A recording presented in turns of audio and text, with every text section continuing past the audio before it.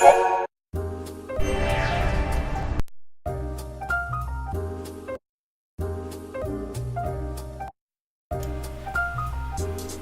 hey guys. Long time no see. What's up? It's me, Codex, and welcome back to Coffee Time with Codex. I really apologize for pushing this back a week. I had to deal with some very personal family things, so I really thank you guys for this continued patience, and also to everyone who actually takes the time to listen to this, if you really do. So, yeah, that's all I want to say. So, welcome back. I got my coffee. Time to have a real nice, genuine conversation again. And it's also raining outside too. Man, California's been needing some rain for a while, so it'll be nice to talk during this sort of weather. So, of course, let's dive right into the topics.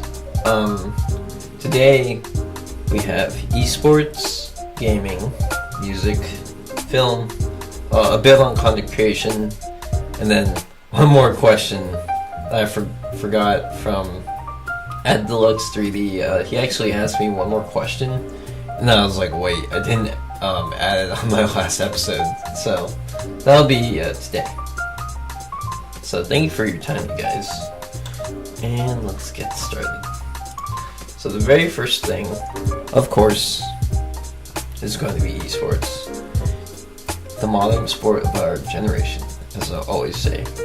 And it's getting really exciting too, because a lot of the major tournaments that are occurring right now, which would be the Overwatch League, which I'm sadly actually not going to be talking about, more of the NALCS, we're reaching the middle of the split, and that means teams are either starting to fall off, starting to become consistent, or teams are starting to go on an upward trend. So it becomes really interesting to dissect. You don't know, like, you really start to understand and get a grasp on which teams are actually good, which teams are actually bad, and so on and so forth. So we're gonna actually examine some of the standings right now. So at the very top, we have Echo Fox with 11 wins, 4 losses. Cloud9 right below them with the same. Clutch Gaming with 10 wins and 5 losses. And we have 100 Thieves with 9 wins and 6 losses. And those 4 teams, as it stands right now, those 4, they all have their playoff spots already. According to the ruling, you need a minimum of 10 wins in order to get a spot. So the 3 teams that are at the middle that are trying to fight to get their spots. Now, remember, 4 spots are already taken, so that only leaves room for 2. So Team Liquid, Logic Gaming, and TSM are all at this really, really important spot in the split, where every single game really matters from this point on. TSM and TL both have the same place in standings, both at 5th with 8 wins and 7 losses. Logic Gaming was a team that started off really weak at the beginning, and then started picking themselves up as the middle of the split started to come by. And now they're at 6 wins and 9 losses, which isn't the best looking split standing. And then Optic Gaming, FlyQuest, and Golden Guardians. Those 3 teams have already been eliminated from playoff contention. So they don't. I mean, they actually still do matter, but they can't contest for playoffs anymore. Like, there is way too much of a gap for them to actually do anything. And as you can see, there's already a huge spread between who's good and who isn't. So the gap between the high tier teams and the low tier teams is very perceivable. It's almost like a 7-6 win gap. And so there you go. You get a pretty good understanding of who's good and who isn't. And now I want to talk about like if there's any teams that have necessarily been falling off so far. Interestingly enough, the only thing that's kind of been on a downward trend is probably Team Liquid.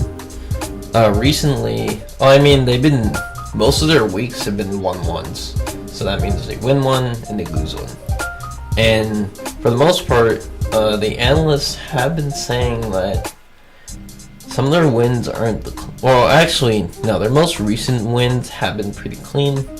And then their losses, well, from what Jat and somebody else have been saying, actually have been pretty expected. So I guess you could say it's pretty expected. So I don't know. I don't know if I can say they're inconsistent, but it's kind of a weird margin. And then, has anyone been more consistent? TSM and TL for sure have been really consistent. I've been thoroughly surprised by Clutch Gaming. Their win against Echo Fox today was actually really cool. In the pregame chat for them today, some of the players were like talking, and it's like, dude, Mark Z voted for us to win. It's him, we're gonna win. And it's so funny, like they were so, like Solo and Apollo were so happy that someone actually predicted that they would win, and guess what, they did. So what a funny coincidence. I feel like Clutch Gaming is actually really underrated this split. I don't know about you guys, but yeah, I think they're a really underestimated team this year. They've been coming up strong on a lot of really strong matchups, like against TSM, for example, Echo Fox, of course. I don't remember for sure if they won against Cloud9 or anything, but yeah, they've been showing up pretty good. I mean, they got 10 wins already this split, so that's pretty darn impressive for the first split. And then, who else has been pretty consistent? For sure, Counter Logic Gaming has been on an upward trend, but it's kind of hit or miss. Like, they've been having a lot of 1-1 weeks also. It's kind of iffy to say if they're on an upward trend. TSM for sure has been doing a lot better. In the last few weeks, they've been going 2-0, and that's really good for them because they really needed it. And at the beginning, I was just like, I don't even know if TSM is gonna make playoffs. But now with this, it makes it like, it looks like they can guarantee it. So I won't doubt them this time. I mean, they've made every finals. We'll see if for sure they can solidify their legacy. And I think that's it when it comes to the teams that I know for sure have been going up. And down, yeah, it's just TL. And then I think, oops, I didn't want to open that. Hold on, this program, whoops. Okay, I closed it. I accidentally opened a program on my computer. But I closed it, don't worry. I was opening PowerPoint, I was trying to click my Word. Oh yeah, so, very last part of this eSports thing is, who do you think is going to make playoffs? Now, before I say anything about that, there's this really important term that goes around nowadays when it comes to predicting who's going to make certain things, like playoffs for example. It's called strength of schedule. So what I'm going to do right now is go on my eSports app and look at the next matchups for the three teams are in the middle. So we have TL, TSM, and CLG. So tomorrow, CLG is against Echo Fox. That's actually a really big game. Of course, Echo Fox is a top tier team, but they did get beaten by Clutch. So it does show a bit of fall off by them. So, I don't know. Can Counter Logic Gaming win that? I mean, they've been showing up with upsets pretty good so far. I think I may actually back them on this. See if they do it. TL versus Clutch Gaming actually seems pretty exciting.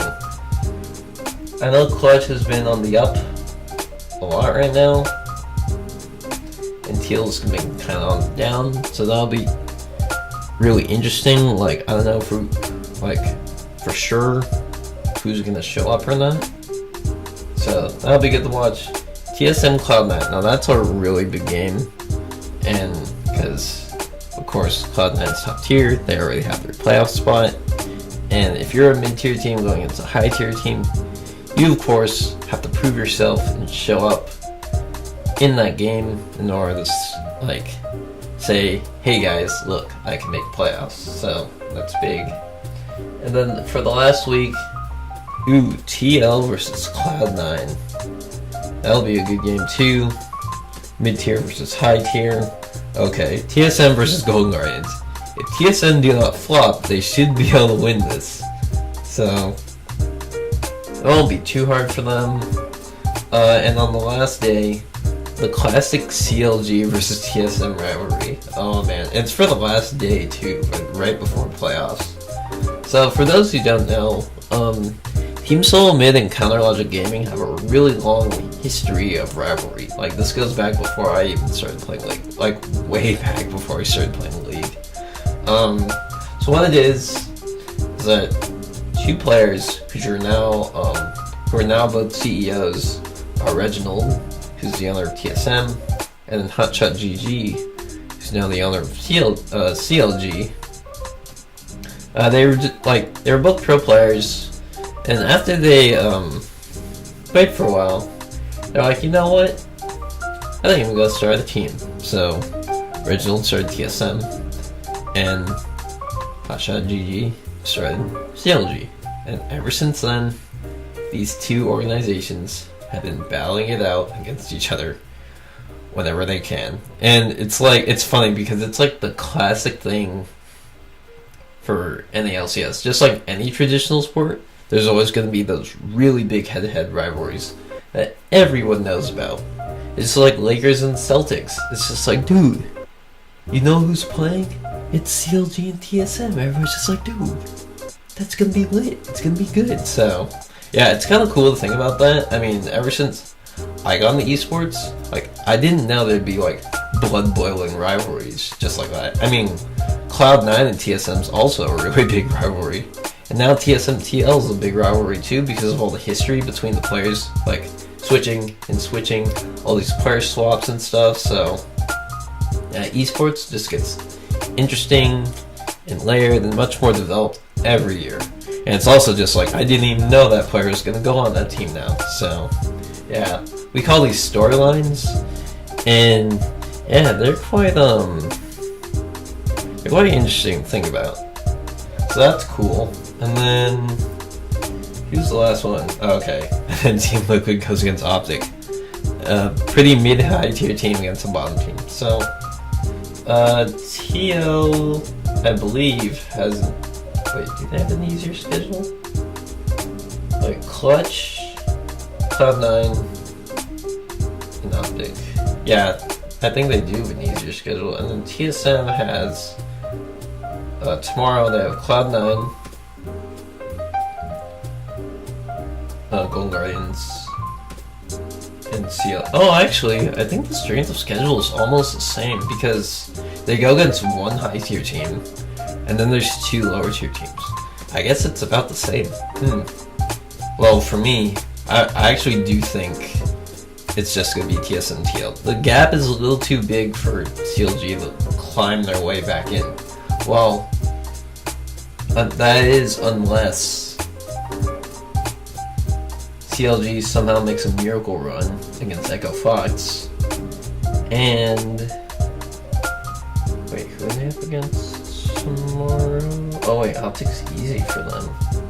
Yeah, if they can make a miracle run against TSM and Echo Fox, then they'll make it. So this is so up in the air. But I seriously think TSM TL, along with all the rest, will make the top 6. So we'll see, man. I mean, I guess you could kind of quote me on this, but yeah, who I think is going to be in the playoffs, as already said, Echo Fox, Cloud9, 100 Thieves, Clutch Gaming, TSM TL. That's it. That's my top 6. That's my playoffs. So we'll see. Thank you guys for joining me for this segment. And now we're gonna transition. Yay! Oh, whoops. I didn't click the thing. Okay. There. Of course, you know me.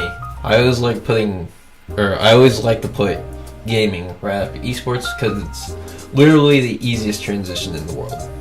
So since I've been talking about League, it's really easy to still talk about League.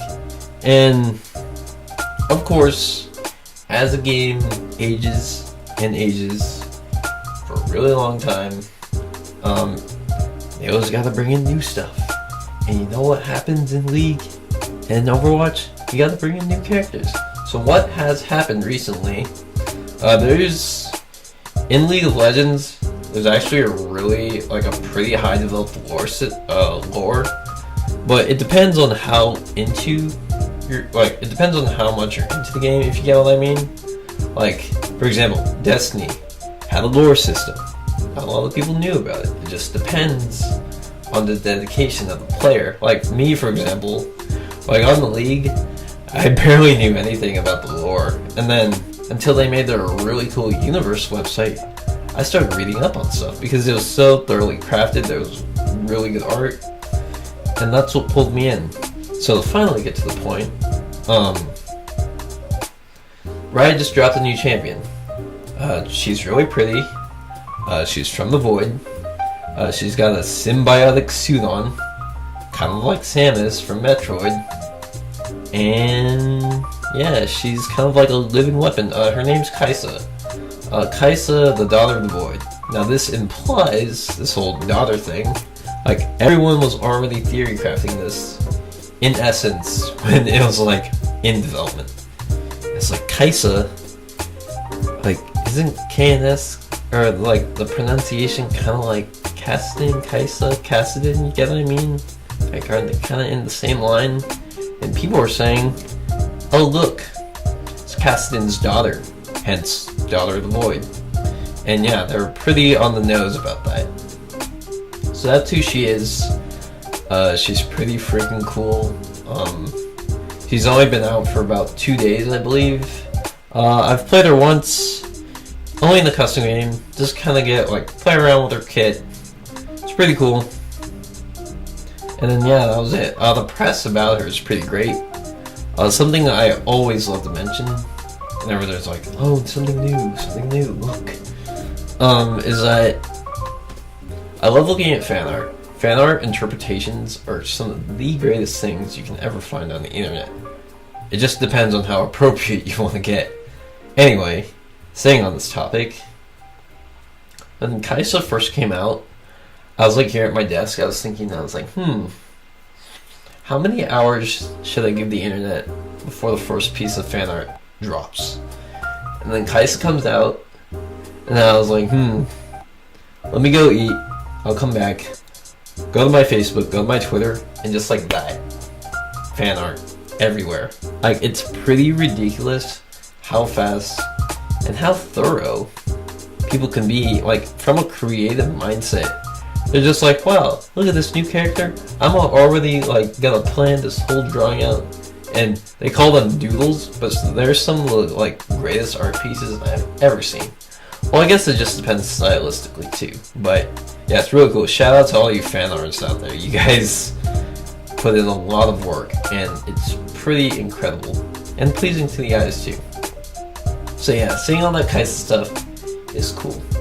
So now, one of my favorite things to talk about whenever something new comes out is talk about visual implications. So let's talk about aesthetics. Let's talk about why they look this way. Let's talk about design.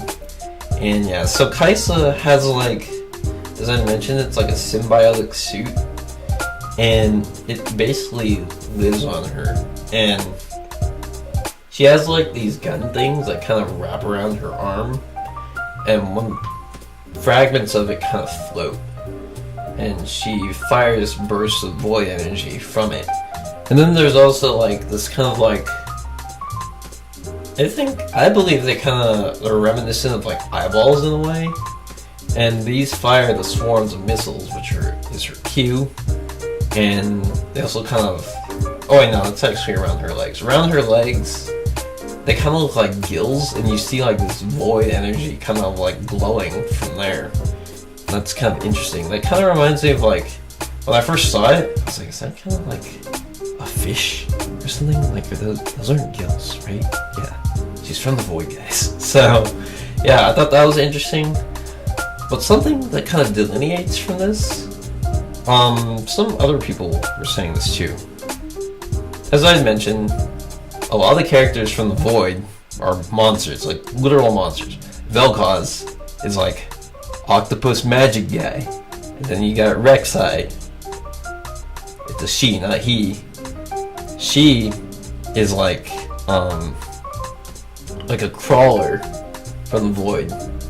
Like a worm, well, not really like a, I guess so, yeah.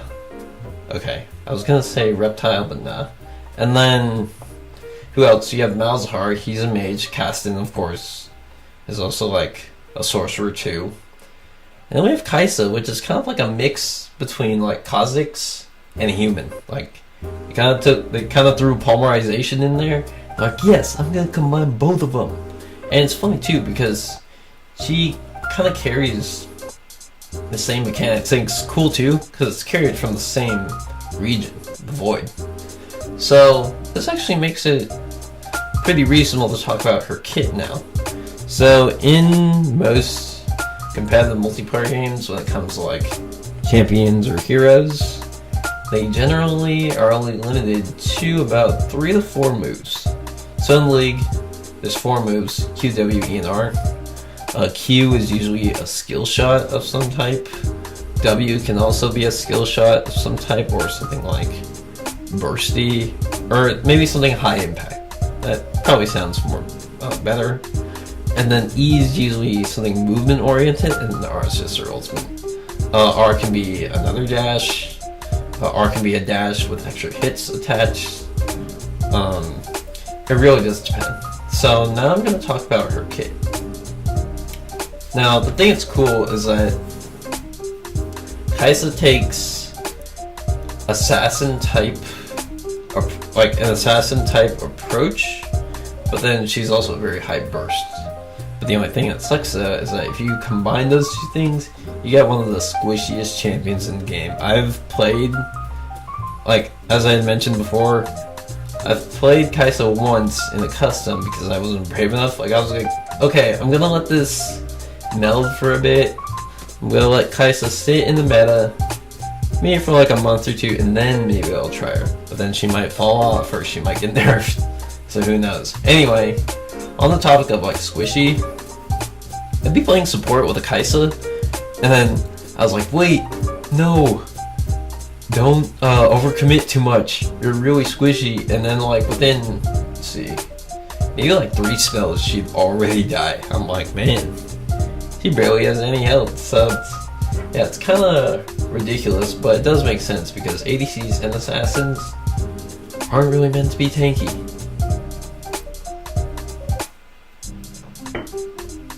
So in their kit, her first move, her Q, called, I think, oh wait, actually I have a page of them.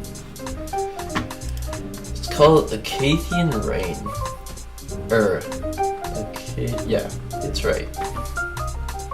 So it releases a swarm of missiles, and at first you'd probably think it's pretty overpowered, but don't worry, at the beginning, it's actually pretty weak. I think it only releases like 4 little hits, and it does like the smallest amount of damage. And then I think it's really interesting, much like Kha'Zix, once her abilities get maximized, they evolve. And then a passive gets slapped on there, and then it makes her stronger. So for example, with her Q, as I had mentioned, it's like, oh, it does like a little bit of damage, no worries. You maximize it, it deals much more damage, like extra damage, and then it does percentage health damage too. So yeah, you kind of just make it more potent, and it's easier to kill stuff.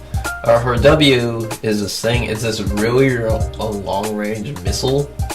It's kind of like this twisty thing. It's called a Void Seeker. Think of like the Aether Wisp, minimized it, color that purple, you take 2 of them, and then you put them in the twisting animation. That's basically what it is. It has a really high range. All it does is tap the enemy with Plasma. And Plasma is in Kai'Sa's 5 stacking passive. Stacking passives are really common in League, where once you hit all 5 stacks, there's just extra either true damage or just extra damage in general that's dealt. It could be magic or it could be physical to the champion. So usually it taps them for 2 stacks, and then with that, depending on how far they are in the map, she can just warp straight to them with her ultimate. That's all her R does. And then her E, that's the only way she can be mobile. Her E is called Supercharger. Her mask materializes on the extended part of her armor that kind of like floats in a way. I think I mentioned in the aesthetics breakdown. She can fire faster from them, so I wouldn't know the correct statistics on it. Let's see, QWE. Let's see, it says Kai'Sa charges up briefly, increasing her movement speed, but losing the ability to attack. After charging up, Kai'Sa whips out the big guns to increase her attack speed for a few seconds. Basic attacks reduce Supercharge's cooldown. So basically, what happens is that she becomes more mobile, but it's at the sacrifice of not being able to attack. To clarify, actually, when you max out your E, she's able to become invisible, kind of like Vayne. But the only thing that sucks though, well, it does make sense though, because it'd be like broken attack if you could attack when you're invisible.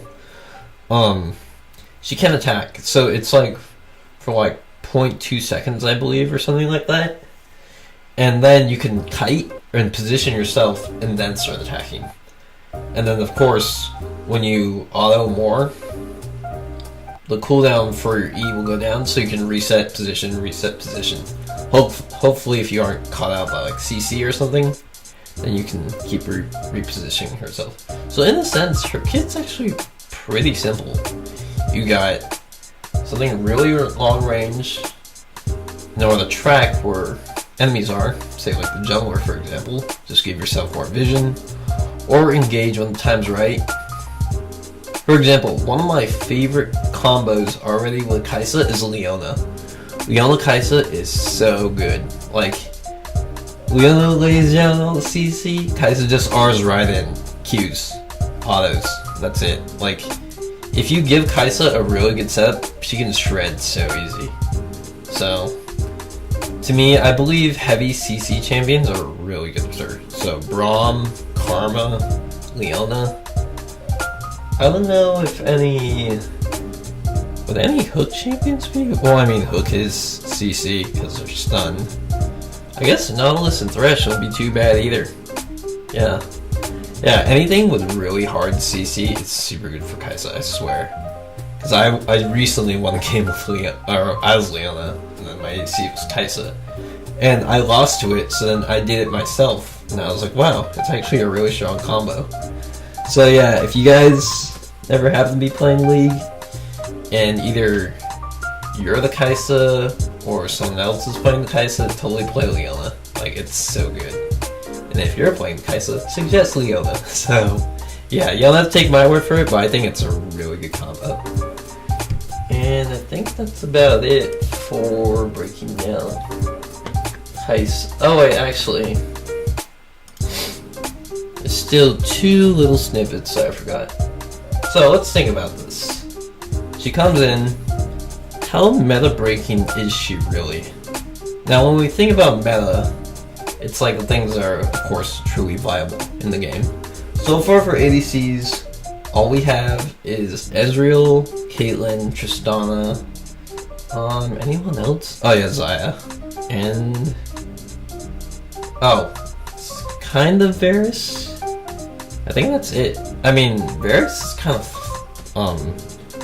kind of fell off a bit because in this new patch, he actually isn't that strong. So, let's see. Xayah is pretty bursty too. She has mobility with her Q. Actually, I think Kai'Sa's pretty similar to Xayah, and it's like a Xayah and Vayne sort of thing, because she has mobility, she can burst down really easily. She has no CC though. It's a really big problem. So I would have to give her time. It really just depends on what sort of duo she goes into with. But I think she can meld pretty well with some team comps. I mean, I've played a couple of games with her, and depending on how well the setup is, like if you just get her going, she gets going real fast. So, considerably, I wouldn't consider her super meta breaking yet. I don't know if she's LCS viable. That's a really good question. But I'll just leave it at that. I know she's fun for sure. I wonder how long we're gonna see this new champion for. Because usually in League, you see the champion for like 2 weeks and then it just dies off. Like, people won't play them for a while. But we'll see. Only time will tell. And let's see. The very last part is, oh yeah, there were a couple of things going around, because you know how I had mentioned very totally perceivable similarities in her design, like how I was saying, symbiotic suit equals Samus. The missile armaments on her shoulders, oh, that's like Pharah. Oh, her invisibility with her E, that's like Vayne. Like, you see all the similarities? Do I really think this is like a bad design choice? To me personally, I don't really think so, because you can't really call it, I mean, I know it's similar, but to me, it's not like a carbon copy. They aren't literally the same, they aren't named the same. She's from a different region within the lore. She actually has a pretty cool backstory. So I'm actually just gonna say no. That's my unpopular opinion. So, just keep it that. Anyway, we're still on the topic of new characters. And of course, knowing Overwatch, they also gotta keep with the times and put new stuff in. Because, I mean, as much as they do love their, I think there's at least 25 heroes in Overwatch, correct me if I'm wrong. They're like, you know what, we gotta add new stuff too. So they added a new support. So League gets an ADC, which is of course the high damage carry, and then Overwatch gets a support. Her name's Brigette? Brigeette. That sounds like Brigette to me. It's really funny. There's this meme that goes around with all the pronunciation. It's like, is it Brigette or is it Brigida? And then you have like the face of her on a Vegeta body, which is really funny. Who knows? Pronunciation is kind of like, well, I mean, pronunciation is important, but it's kind of subjective in some ways. So we'll see. Anyway. I actually don't know for sure what she does, but the thing that's pretty cool, we're getting a bunch of daughters in new games. We had Caston's daughter, now we have Torbjorn's daughter for the new character. She's a Crusader. She has a shield. Actually, let me open up Overwatch's site, because I'm actually quite curious about her kit. I don't even know what she does actually. Let's see.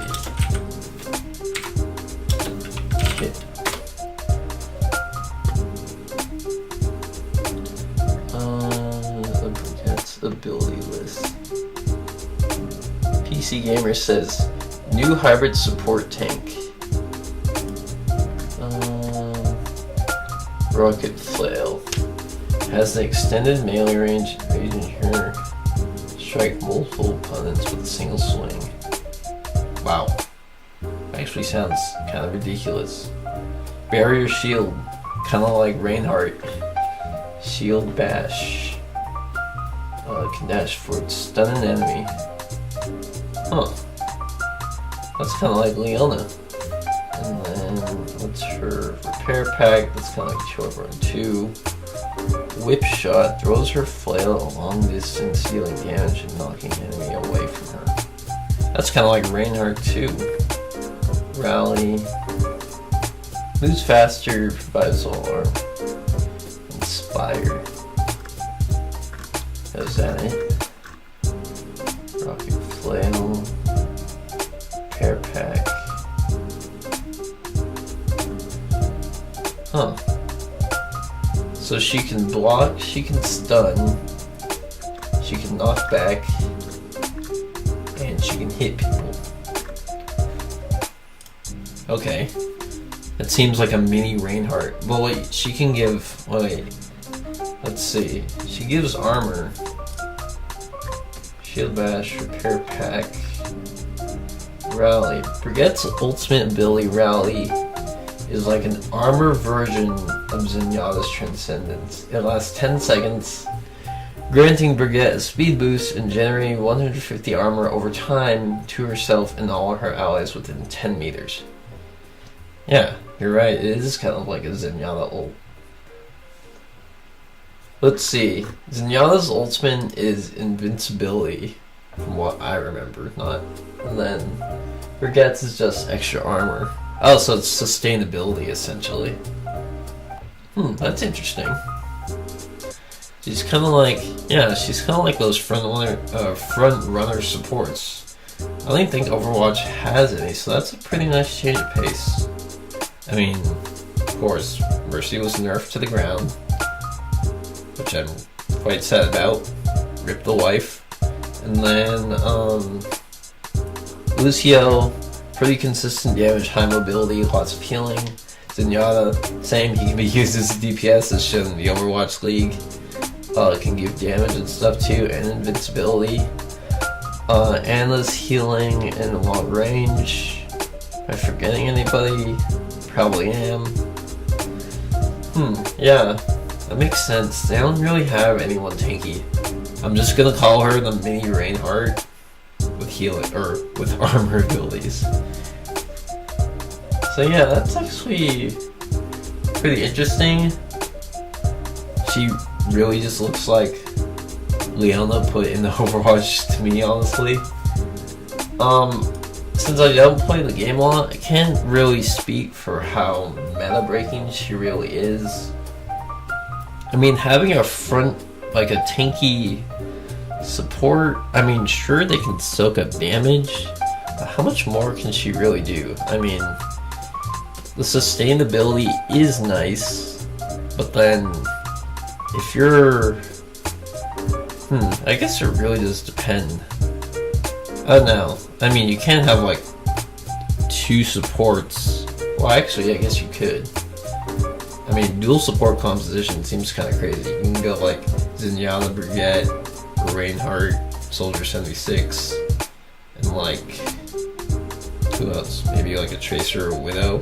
Maybe a Pharah too. Those are some really interesting combinations. Yeah, I don't really know for sure. I just think front runner beefy / tank supports are quite interesting depending on the combination. And she can actually replace Reinhardt in a way. So if you want to put more damage in, I guess. But I mean, she's just a support, so she can soak a block. She's not a tank. But tanky support is within the name though. So I don't know. That's interesting. I'll just leave that in the air for now, since like I don't play the game very much and I don't want to speak for something I don't know very much about. So we'll leave it at that. She's cool though. And still on the topic of games, we're actually going to carry on to some new releases that I'm looking forward to in the future. So something that's been gathering quite a lot of hype from a studio I'm actually starting to gain a little more respect for now, Ubisoft, has been dropping some pretty promising, it looks like their trailers do show some promise in Far Cry 5. And for those who do not know, Far Cry 5 takes place in an alternate I think it's either like Missouri or Mississippi or Iowa or something like that. Some country in the US that has a lot of farm life, stuff like that. Could even be like Texas, for example. Maybe if I go to, let's just go to their thing and find out for sure. Let's see. Uploading the thing. Let's see.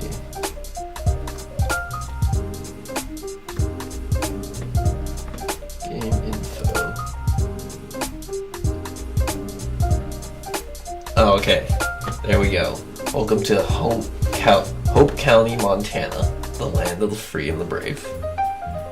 So it's in Montana.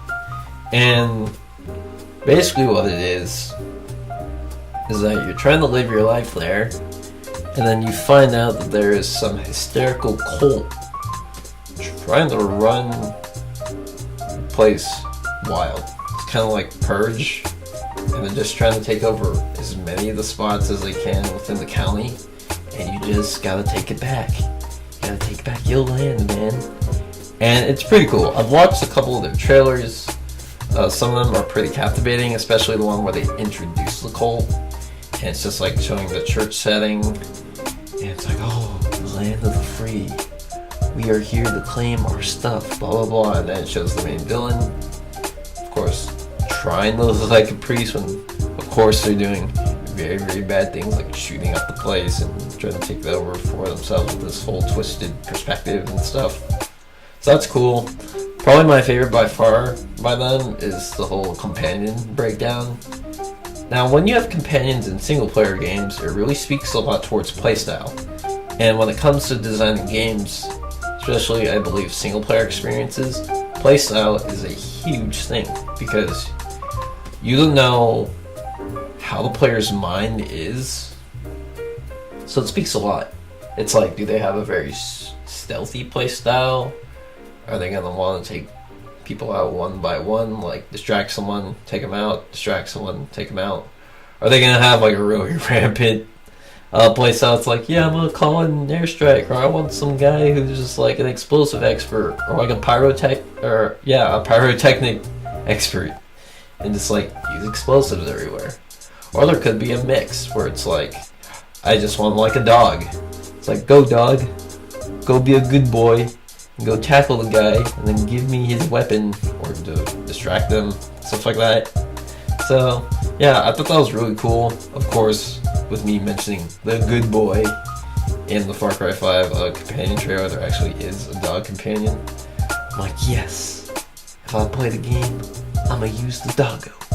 Because doggo is the best good boy. So there's a dog, there's a sniper lady, there's some lady that has like some plane with a bunch of guns on it.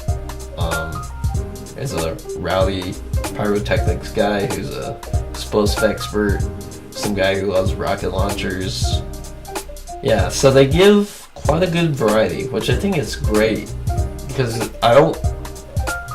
it's hard for me to believe that a sandbox or a pretty open world game like that wouldn't have something like that. So it's good that they do. So it's like, good on them. And that got me pretty excited for it. The only problem though is that like, when it comes to hype, you don't want to hype something that's lackluster. So sometimes I want to be really careful with that word and not really like solidify my whole idea of like, oh yeah, this game is totally worth being excited about.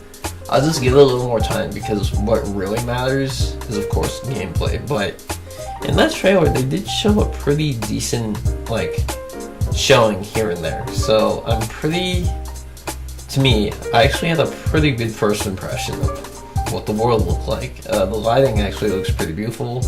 There's a lot of pop and color because of like the forest and the sky and all like the colors of all the stores and stuff. It's got like that old wooden cabin sort of aesthetic because it's Montana. So that's really cool. Next thing, let's see. Yeah, I typed up companionship. Take down the hole. Oh yeah, so a big factor nowadays when it comes to open world or sandbox is scope. Now we don't know for sure how big this place is, or how big Hope County is of Montana. And I don't even know like the exact distance of Montana, but if it's a whole country, then it should have some pretty relevant or relatively good size. So we'll see. I don't know. I mean, I don't know how the scale of this Far Cry will be depicted against all the other preceding Far Cries, like all the predecessors. Because I know Far Cry 4 and 3 for sure had some pretty big size, or I'll just say decent size to them. So we'll see. I mean, this is a little off tangent, but Watch Dogs 2 actually had some pretty, like, it actually had really great scope to it. Like, it lived up to what sort of scope the Bay Area would have. So if they're gonna do a whole county, I mean, the Bay Area is only like one single fragment within like California. So who knows? I just leave that up there. But to be quite honest, I actually think I'm excited about it. So we'll see. And next. Oh yeah, so I don't know if anyone knows about this game quite a lot. I forgot which conference it was showed at. I think it was a Sony CES one, the Sony Consumer Electronics Show in Japan. Or there was a Japan Game Expo that was showcasing some stuff. And there's this game. Looks eerily similar to Dark Souls. It's called Code Vein. And I'm just gonna call it the anime Dark Souls for now because it's got like this dark, really brooding, brooding's not a word, gritty, beautiful, like, all these like colors. I shouldn't say that because it's really dark. There's like all this black and gray and red. It's really gloomy, but then it's also really exhilarating. Code Vein, and it looks really cool so far from what I can tell. It copies a lot of what Dark Souls is. You know, you have like the big old demons, and then you just gotta memorize attack patterns, attack accordingly. I do believe you get partners or role-playing elements involved, so that got my attention. So I just wanted to say that I'm actually really excited about the game. Sadly, there haven't been a huge amount of details that we have about it yet. So I'm gonna keep my eye on that. And yeah, Code Vein does look really cool. And the thing that's funny too is that I've never played any like Dark Soul-esque sort of game. The meme nowadays with gaming journalism, it's like, we found the Dark Souls of this.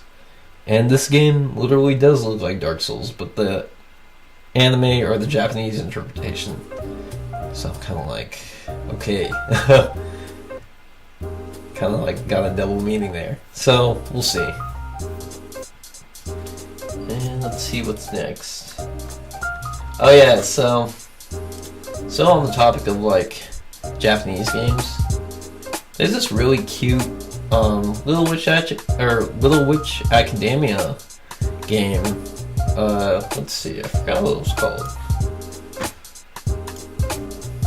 Little Witch Academia. Oh, Chamber of Time. Chamber of Secrets. You guys copying Harry Potter?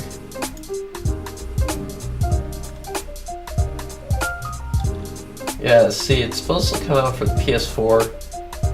It's really cool. It's like, side-scrolling, got some very light RPG elements to it, and I don't know what sort of course it's an homage to the anime, it's literally the title of the show. I don't know what part of the storyline in the anime or the movie it's really talking about. I just really liked it because it seemed so quirky, it seemed so fun. I mean, you can just play as like Auphonix or like Susie, and, like do all the stuff. And they have really cool character interaction cutscenes. They're such like, it's such a great homage to the anime. So I'm just really excited about it because I really love Little Witch Academia, and Studio Trigger's great. So yeah, I was just really excited to see their interpretation for a game. So that's cool.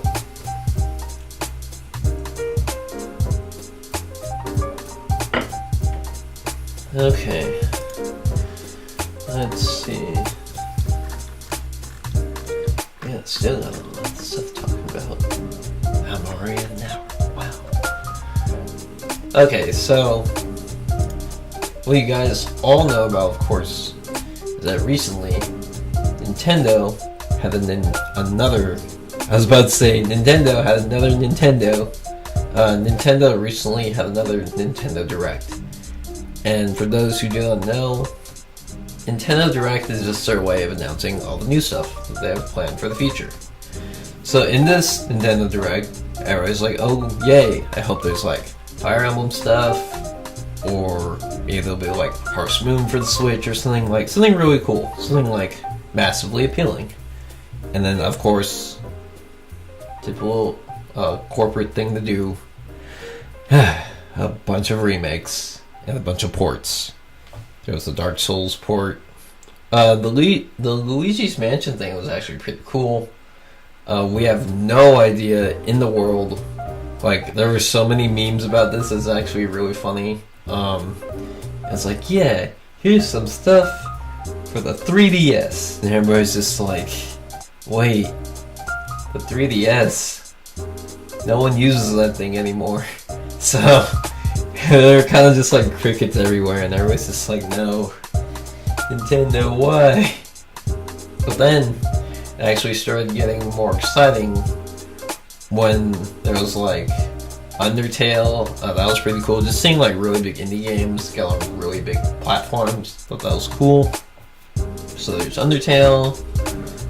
I guess Dark Souls can be pretty cool. I mean, of course, I haven't played any of the games, so I can't show any sort of appreciation for it because, you know, haven't had any relative experience to it. But some people seem pretty excited for that.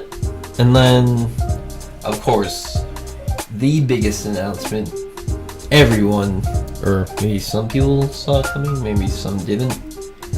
Inklings from Splatoon are coming to Super Smash Bros. And then also, Super Smash Bros. 4 is coming to the Switch. That's what everyone believes. And then there's also been well, it's not actually a port. There's been confirmation that people do believe for sure it's going to be a new game. So everybody's like, dude, Super Smash Bros. 5. And now everybody's memeing it up. I'm trying to think of like the funniest characters that are going to be inside the new game. So I just thought that was fun to mention. I mean, I don't even know who the heck they would put in. A lot of people are saying since Undertale is getting ported, they're like, dude, if Sans could be a character in Smash, and then people are going, since it's ported, there is an actual like possibility. So that's quite interesting. Then of course you got like all these memes. If you guys, of course, if you have any sort of recommendation, like watch something really funny related to it, you should check out Donkey's interpretation of it. It was really, really good. So that's pretty much all I wanted to say. I just thought that was really funny. So, yeah. Let's move on, shall we? And to the next topic, one of my favorites to talk about. Music. So, at the top of the list, I wanted to talk about an artist I actually mentioned last time. Peggy of JPEG Mafia. He makes some really outstanding, really innovative hip-hop music. It's kind of like, I don't really want to call it trap-like, I'll just call it experimental. In his latest single, Does This Ski Mask Make Me Look Fat? That's the actual name of the single, I'm not even kidding. Oh, it's really good. There was, at the very beginning of the song, there's like a Mortal Kombat sample in there. It's like the super part of it is really cool. I thought that was a great way to open it. He just has a really clever way of using bass. Like, I always love it. Like, I talked about it last time. I just like hits so fast. It's like a machine gun, but in like short snippets. It's so satisfying to hear. Like, he makes his songs so sonically pleasing. I'm like, man, like, whoever mastered this, of course Peggy produced it too. I was like, man, dude, this stuff is like, it bumps so hard. So if you guys haven't checked it out yet, and something that I'm wondering too is that, like, I don't know if Peggy has any beef with any other hip hop artist, but Ski Mask does have relation to another hip hop artist. His name is Ski Mask the Slum God. I don't know if he was like shouting him out or anything. I mean, I don't have any lyrics of the song, but you know, titles usually imply certain things, depending. But I don't want to make any assumptions. But nonetheless, I think it's a really great track, and to me, of course, I find lyricism like really important in songs, especially like rap music. But man, his production's so good. Like, you guys should really give it a listen. I've been listening to it a lot. It's like I don't have like lyrics or anything, but yeah, I really do appreciate there's not really like beat switches or anything, but relatively most of the songs are actually quite fast-paced, and that's interesting when it comes to rap. Like, how can he spit on such fast beats? Like, I can't even like pay attention. Like, I'd try to like listen to it intimately. Like, wait, what he's saying, and I'd like keep looping the song because it's like so satisfying. So I think you guys should really listen to it. I don't know, because dropping singles doesn't necessarily mean they're gonna drop like albums or anything. But yeah, it's a pretty groundbreaking single if you ask me. So please do check that out. It's great, fire nonetheless. And see next. Okay, so another really great album that I want to talk about. It's a little late talking about this. There is an artist who first came onto the scene. His name was Rich Chiga, and he was an Asian artist, or I mean, he's Asian, a hip hop artist. He started on whoops, why am I moving the webcam? He started on the record label 88 Rising, and he had songs like Glow Like That and Amen and stuff like that. And those were kind of his debut songs. And then Rich Chiga decided to change his alias to Rich Brian, I believe, and Brian's his real name. So then, with that in mind, he finally dropped a debut album named after one of the songs that he already made before, called Amen. And it was actually really good. He has some really cool collaborative features on there. One of the featured songs is actually my favorite. It's called Introvert. It's funny because I'm an introvert too. Yay, what up? Introvert featuring Joji. And Joji, of course, has a lot of ethereal, really melancholy, and honestly some pretty depressing experimental music. But then the way that Rich Brian raps along with Joji's singing is bliss. Like, it's so good. And then with Rich Brian as a standalone, like him rapping by himself, he can really spit. Like, he has some really great bars in some of his songs. And probably one of my favorite songs with just him is probably Cold. If you guys haven't seen this music video yet, it's actually quite cool. Kind of like the implications from the title, it being cold. He actually does some ice skating. It's funny too because like with him ice skating, I believe it's still around the same time as the Olympics. So I was like, wow, what a coincidence. Everybody's just like, Yuri on Ice looks great. So I thought that was funny. You guys should definitely check out the music video. And I think he just made some really great collaborative choices. Like Attention with Offset was great. Of course, I said Introvert with Joji was also really good. I forgot what other. I just go to my Spotify and look. Let's see. Albums. I gotta do some scrolling for a bit.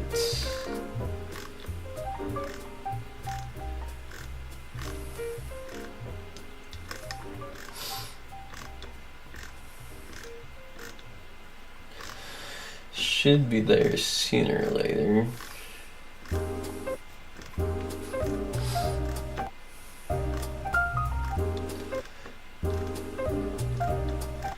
Oh, there it is.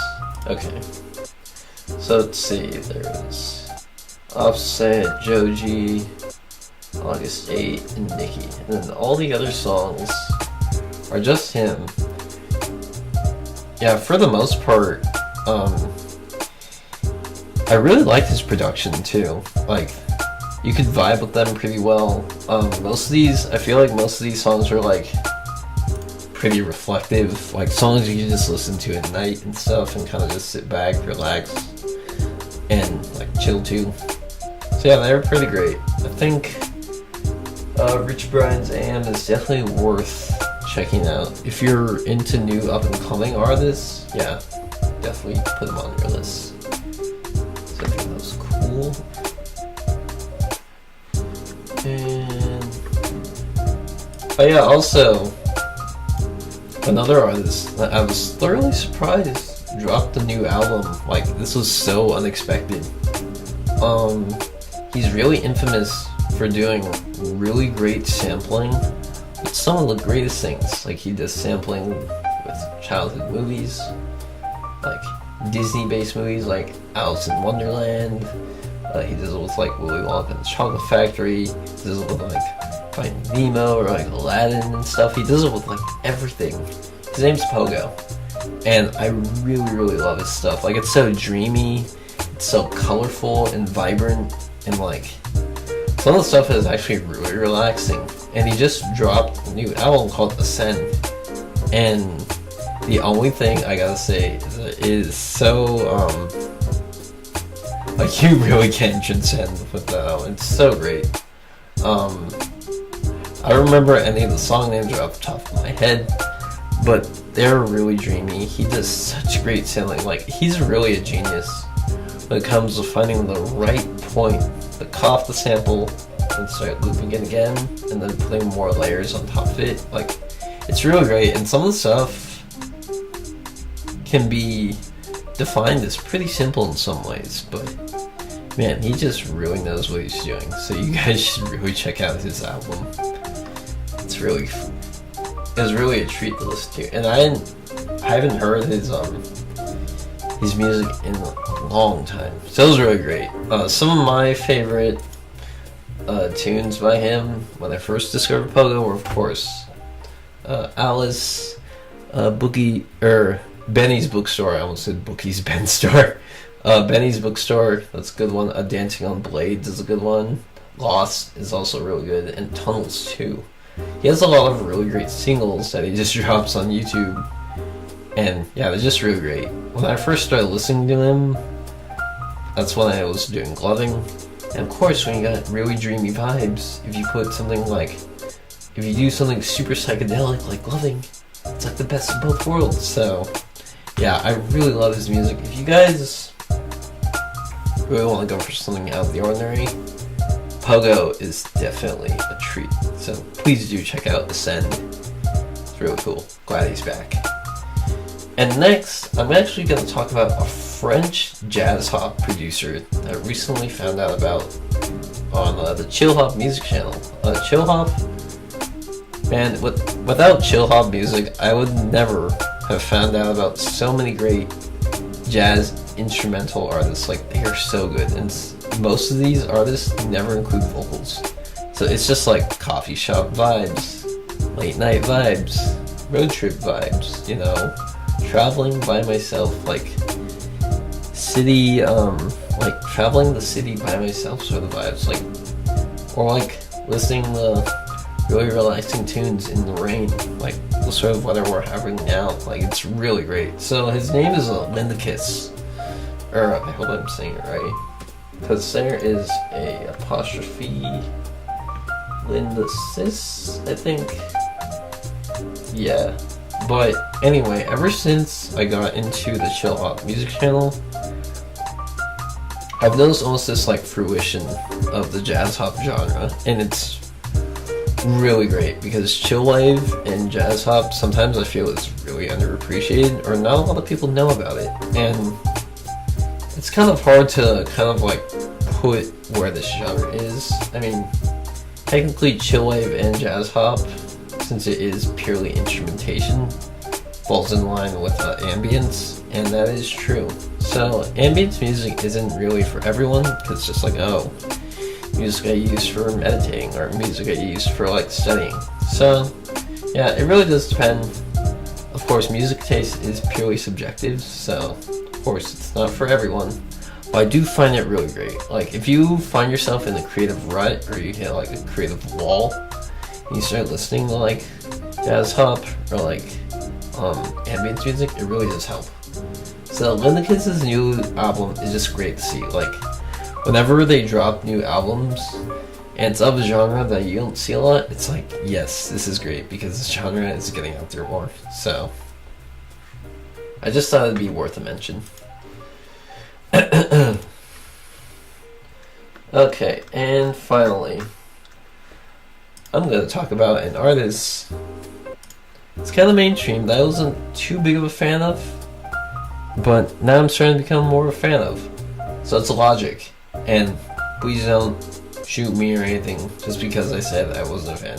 To be quite honest, I didn't see myself running back to his discography to listen to it, because there are a lot of other up-and-coming artists that was more like, I had more attention for. But then, Logic is just like, you know what, if you're gonna listen to all these new artists, I'm gonna just drop a new album right on top of your head. Here's Bobby Tarantino 2. So it's, to me, when I first started really getting into hip-hop, I always had this preconception. I was like, you know what, hip-hop and rap is only good if they're really aggressive in it. And it's funny too, because like, it's like, wait, Jared or Codex, I thought you were just like Mr. Positive guy all the time. Well, the only thing though is that if I'm doing or listening to something that does already have this preconceived notion about it, I'm like, it should just stay that way. So if it's like a horror show, it should stay like scary and spooky and stuff. And then if it's like hip hop or something, I'm like, I expect it to be like brooding and kind of scary, and maybe they're angry in some way. So when I first listened to a couple of Logic's first song, it was probably the radio that gave me this misconception. But I was like, you know what? Logic doesn't sound like super duper appealing to me at first, because everything seems too positive. Like, it's being marketed way too positively for me. But no, please don't take the fact that I don't think his message about suicide was bad. No, I think it was really great. Like, the world needs that. But then, still to me, I was like, that doesn't sound like him. Like, where's Logic when he really goes off? So then, of course, then I decided to run back to some of his old discography. And I listened to Bobby Tarantino, and I was like, hey, you know what? I really like it when Logic just goes off. He just has so many things on his mind. He just like says all this stuff, and he says it with such great execution. And then that's what happened with Bobby Tarantino 2. I was like, wow, this is great. And the single that he dropped right before he put the album out, 44 More, is honestly one of my favorites on the album. Like, it's so good. And saying he's just like, here's 44 more. And then it's funny too, because he said here's 44 more at the end of the album. So yeah, I mean, to me, just seeing the more aggressive side of him, and I know he was like calling out another rap artist. I mean, I won't necessarily talk about it here on one of his songs, because there's kind of like some heat between them. But man, just seeing them put passion and aggression, they're like, you know what, you better not talk about me that way for what I do, and then put it in the song. I think that's tight. Like, I know in some moments, like Injury Reserve, they call out certain types of artists in their songs too. Like almost all hip-hop artists do this, and for some reason, I know it just sounds weird to say, but I really do think it sounds better when hip-hop artists are just overall more aggressive. Like, it's more valuable, more transparent, and it's a lot more impactful. So yeah, without a doubt, Bobby Tarantino 2 is dope, so please check that out. And I believe I am finally done with the music section. Woo, man, my voice is starting to die out, but I still got 3 sections left. I'll probably just briefly go over this film TV section. This content creation part is pretty important to me. But anyway, let's talk about some movies. So, we all know that we're all excited about the new Marvel stuff. There's tons and tons of new Marvel stuff. And I recently saw Black Panther, and I was so blown away by it. Like, it was so good. I would totally see it again. And to me, one of the greatest aspects of a good movie is really good world building. Like Blade Runner, for example, has absolutely great world building. Black Panther did a really good job of doing it. Like, when they flew into Wakanda, I was like, man, look at this place. And then seeing all, like, the different types of clothing, seeing what Princess Shuri was doing with all her technology, seeing Shuri, like, heal, forgot his name, but then it's like, yeah, we just healed you with technology. And then I keep on mentioning Shuri because I really love characters that are tech gurus, and then her showing off, like, the Black Panther suit and her balling it with the new necklace that he got, and, like, yeah, they did really great. The technology was some of the greatest I've ever seen in a really long time. So, I think Black Panther is still in theaters for, I don't know how long, but if you do have the time, please go watch it. It's really great. So, on the topic of Marvel movies, there are a couple of sequels that were announced. Oh, wait. I'm only going to mention one. So, Ant-Man and the Wasp, for sure. Really cool. I really loved Ant-Man. Ant-Man had a great, like, kind of like Deadpool, but not as mature in a sense, where it mixed in humor while still keeping along with the narrative. And that's what was really great about Ant-Man, like the storytelling part. It's like, you know what, man, there's a dude, and I was like, nah, man, this isn't it. So, yeah, that was probably one of the greatest segments too. And then, that's the main character played it really, really, like, he did it really good. I actually forgot the name of the actor. He did really good. And actually, I could just IMDb it right now.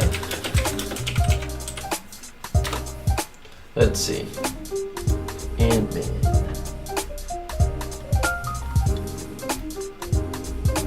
Oh yeah, Paul Rudd, of course. I forgot. I forgot about that. Yeah, he did a really good job.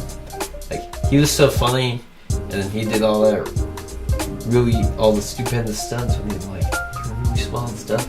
So that was great. And then, of course, still in line with Marvel movies, we gotta talk about Infinity War just for a bit. Now, it's quite ridiculous, like, how many characters people are predicting, or like, I don't even know for sure how many characters are gonna be in it. I think there's like at least over 20. How are they supposed to fit, like, a good amount of screen time for all of them? Like, we know for sure, like, more are gonna get the spotlight over others, so that seems overwhelming. Man, I don't know how well they're gonna do it, but nonetheless, I'm really excited. It was really funny how, Robert Downey Jr. intentionally was just like, you know what?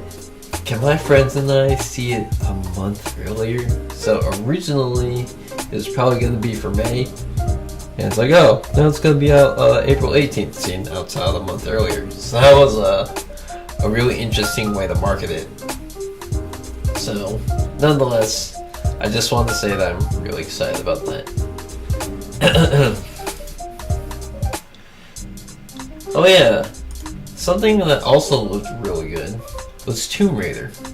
Now, video game movies haven't had the greatest timeline, of course, because some of them were just straight up really horrible, but the Warcraft movie was a really good exception to that, because people did believe it did match source material pretty well, and it was just good in general. So that's a pretty nice mark for video game movies. Now, I haven't played any Tomb Raider game before. I know my dad has played a lot, but the only way for a video game movie to really stand this sort of test is how well they can match source material and how accurate the character depictions are. So that really matters. And it was funny because, like, whenever I'd see the trailer for Tomb Raider, it's like, her outfit seems pretty on point. I wonder if there's going to be like any signature things will be like an homage to the game that they're going to show. Like with Laura putting on like her sunglasses or something, or Laura using her double pistols or something like that. So there's got to be something. But we'll see. I have hope for it. I mean, I think I know for sure I'm going to see it. So we shall see. I'm just going to keep that out there though, because it actually looks good. And finally, one movie that I feel kind of iffy about is the new Ready Player One that's supposed to come out. Actually, let's just check. I'm always like, when is it gonna come out? I'm gonna just check out the internet. Let's see. Ready Player One comes out this month, near the end of the month, March 29th. Yep. So, Ready Player One is based off a book, of course, with the same title. So it's an adaptation. And in Ready Player One, it's in the future where the developer places this key in the game. It's like, if you get this key, then you'll get all the riches that you've ever wanted. So then, of course, the protagonist goes out to go and find it. And of course, being how he is, he's one of them who actually gets a hold of it. So that's basically it. One of the really important things, of course, when it comes to like book adaptations, they really gotta make sure they hit source material. Like, that's super duper important for these sort of adaptations, because so many movies are infamous for, so many movies are infamous for like not being on point with their source material. It's like, alright, yeah, here's this, what was it called? I think it was, oh yeah, the Divergent series. I know it's more of like a teen-based movie, but I was like, man, I asked one of my friends, and I was like, dude, none of this matches at all, this movie's horrible. So, yeah, that's a really important aspect. We'll see what they can do. So, I do believe, yep, that's it. Alright.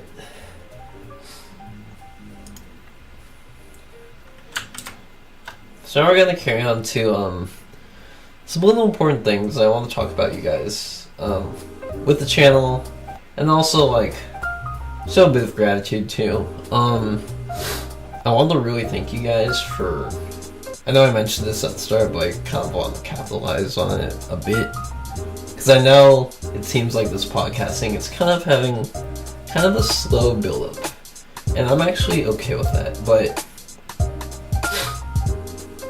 I extend my hand out in gratitude for you guys for showing your patience.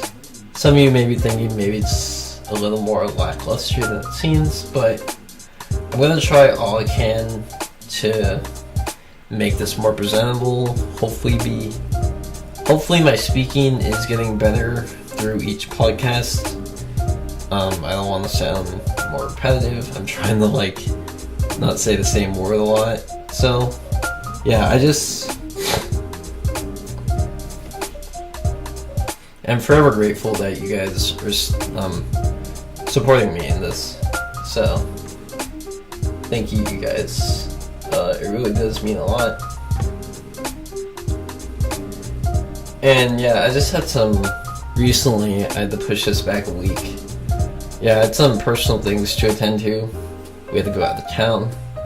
And yeah, just really thankful that you guys hopefully are still listening and still backing me on this.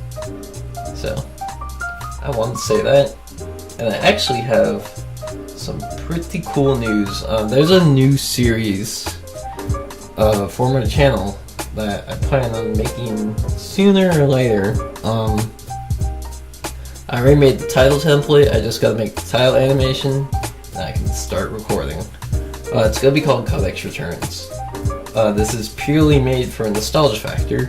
I'm gonna be revisiting, as the title implies, a lot of like things I used to play in my childhood, like MMORPGs that still exist. But I was like, man, I remember way back in my day, funnily enough, when I'd play these MMORPGs, and it's like, let's see how much the landscape has changed. Let's see how much of the player demographic has changed. Let's see how much of this has changed, like stylistically. Maybe they changed the experience system a lot. So things that we have in mind are like MapleStory, L-Sword, me playing Flash games online at like a bunch of those websites like MoFunZone, Armor Games, Not Doppler.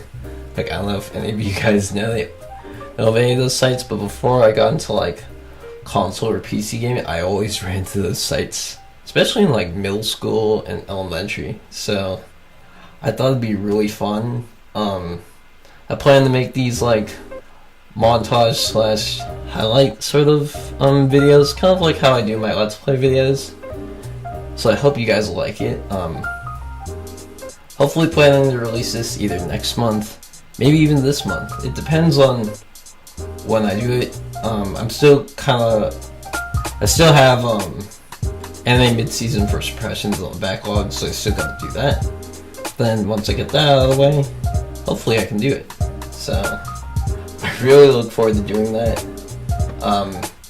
I think revisiting can be really impactful. It's like, wow, I haven't seen this in like forever. Now let's see what it looks like, and who knows, maybe I'll start continuing to play these things like after I revisit them. So we'll see. And then I also, like, with the idea of doing this new thing, give you my perspective on why I think experimentation is actually really important. So on my channel, of course, we don't stay in line with the same thing a lot. Like, I do a lot of different things on this channel, and maybe that's what's actually keeping my channel from not being so popular, for better or worse. But I actually do really enjoy that because it really opens my mind. It broadens my perspective of like trying new stuff, and it's like, wow, we have cardistry stuff, let's see what sort of videos we can make with this. And then we have gloving stuff. It's like, there's so many possibilities with all these different types of content. That's why I really like it, and being so open with it. So I think it's great. And then the only problem though is that it's very it's kind of difficult because it's blind execution. Like, I don't know how for sure it'll look like in the end. Like, also same for editing too. It all depends on approach and delivery, aesthetics of the thumbnail, this and that, my mood towards recording it. All those factors really are dependent. So, I mean, there's good things for experimentation, and then there's also some slight falters. But I believe it's all good in the end. And of course, going into it blind, there's a higher chance of failure, so kind of makes it iffy, of course. But in the end, I believe it's just better to try than not try at all. So I'll just leave it at that. I hope you guys are really looking forward to that series. I'm actually really excited too. And then finally, as I'd mentioned at the very start, there's actually a couple of questions from the same person who asked me last time. I was looking through my direct messages. I was like, wait, oh no, I forgot like a couple of questions that they pinned on here real quick. So let's take a look, shall we? And it says, at the Deluxe 3D asks, what's your favorite anime of all time? Why? Man, that is like one of the hardest questions like ever. And when you talk about anime, it's like you could have like a favorite anime depending on the genre, or just a favorite anime overall. Let's see. I'm like looking at my wall over here for a reference. Oh yeah, that's right. Okay, so I really enjoy slice of life and romance. It's just because those animes to me make me feel really fuzzy and make me feel really good and hopeful and stuff. And I just, usually the art in those are really, really great. So my favorite anime of all time is probably, Okami-san and Her Seven Companions is an anime I've literally seen 10 times in a row. It came out like practically like 7-8 years ago, or it might have even been 10 years ago.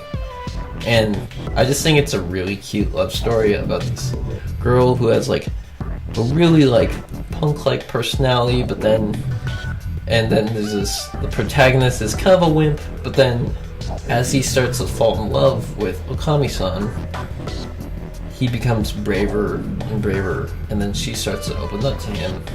And I just think it's so wholesome. It's really great. I will never not love that series.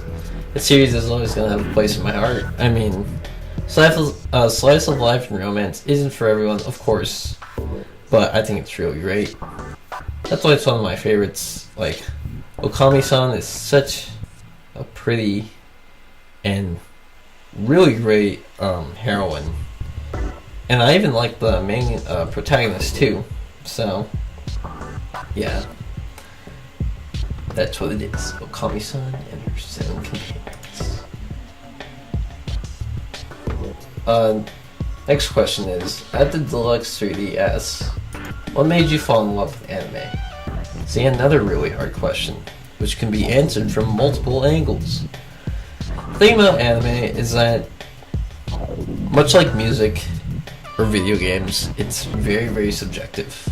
Like, everyone they totally appeal to different things. But for me, as I mentioned, I really love slice of life and romance because they're the most relatable. Like, you can really emphasize, or you feel empathetic. When I say emphasize, you feel really empathetic with some of the main protagonists. Like, sometimes you feel lonely, or sometimes you feel like, oh, maybe I'll never be able to express myself for this girl that I like. Or, this is how I imagine myself when I daydream with this girl, etc., etc.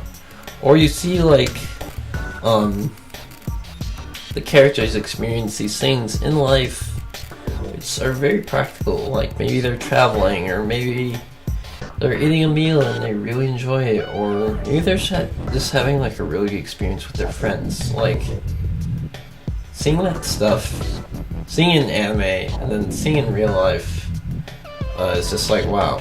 Like, sometimes it really makes you realize that maybe you're taking some stuff, like, maybe you're really taking things for granted. Like, maybe things are a lot better. Like,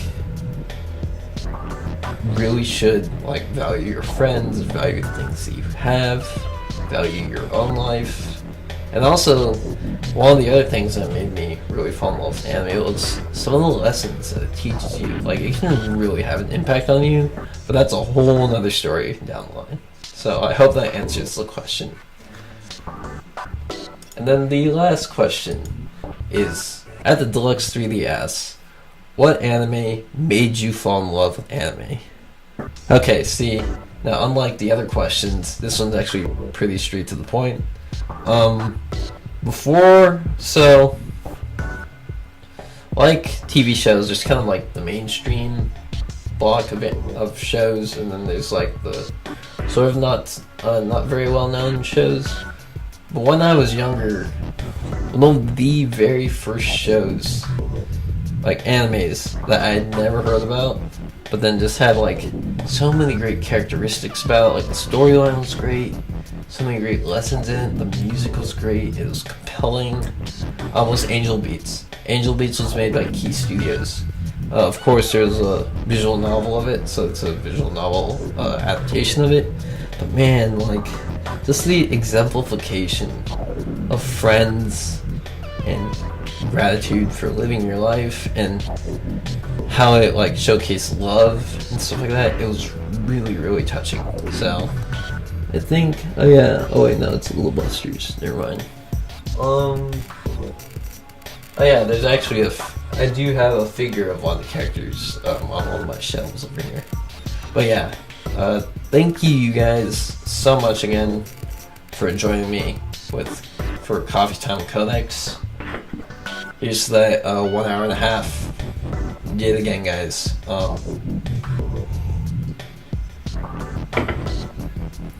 Thank you at the Lex 3D for the questions, and thank you guys so much for your support, your continued patience, and just for watching any of my content in general. This is a really fun hobby, and as I'll say in everything I do, you guys, stay honest. I hope to see you guys next podcast. See you guys next time. Peace.